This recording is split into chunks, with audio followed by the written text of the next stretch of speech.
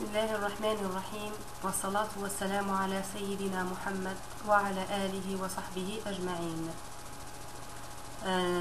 راح أعمل لكم وصفة لمكافحة السعال في هذا الفصل، وهذه الوصفة مضمونة 100%. هذه الوصفة للكبار والصغار، للحوامل والمرضعات وللكل. إن شاء الله رايحين تستفادوا منها وتدعوا لي. نحتاج في هذه الوصفة إلى اللفت يفضل أن يكون هذا النوع الدائري، وليكون لونه بنفسجي. يفضل أن يكون هذا النوع فعال لمكافحة السعال والزكام. أي نوع سعال، حتى السعال الحاد يزيل هذا النوع من اللفت. يفضل أن يكون عندك هذا النوع من اللفت. ونحتاج لسكر ناعم في هذه الوصفة، نحتاج لسكر ناعم. وفي اللي طلبوا مني وصفة بعسل النحل، نحتاج لفجل مبشور، هذا فجل أو لفت.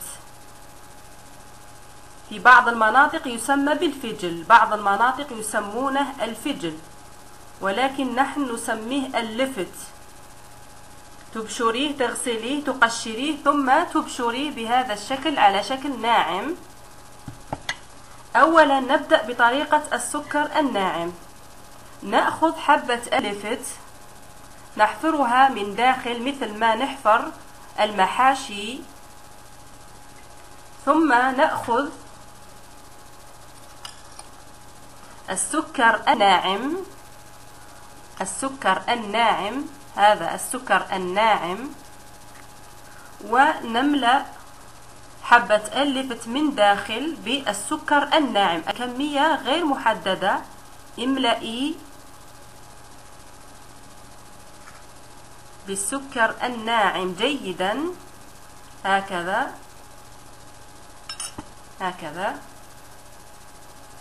ثم غطيها واتركيها من 3 ساعات إلى 4 ساعات، أو حتى ليلة كاملة. إذا عملتيها في الليل ليلة كاملة وفي الصباح تستخدم. بعد مرور 4 ساعات أو ليلة كاملة نتحصل على هذا السائل.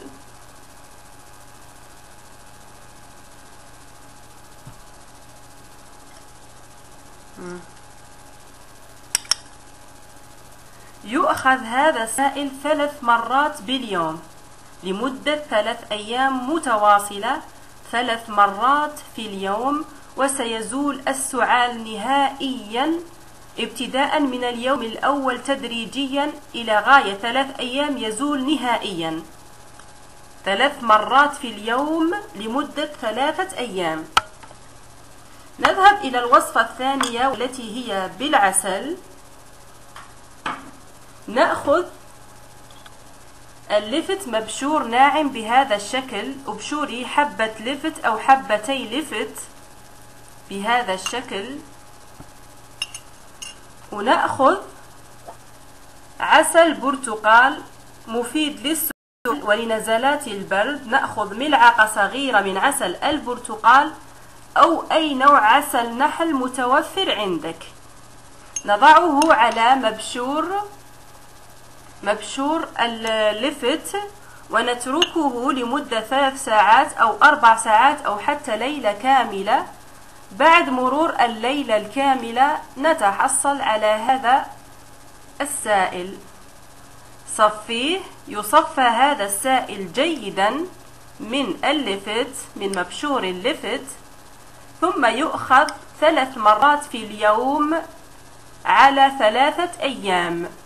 يؤخذ هذا الدواء العجيب والمعجزة في الشفاء من السعال 3 مرات في اليوم لمدة 3 أيام. إن شاء الله من اليوم الأول يقضي على السعال، بعد 3 أيام يقضي عليه نهائيا، حتى نزلات البرد يقضي عليها، والزكام والإنفلونزا. إن شاء الله تكون الوصفة عجبتكم، هي مفيدة ومضمونة 100%. أترككم في رعاية الله وحفظه، أدام عليكم الله نعمة الصحة والعافية، والسلام عليكم ورحمة الله وبركاته.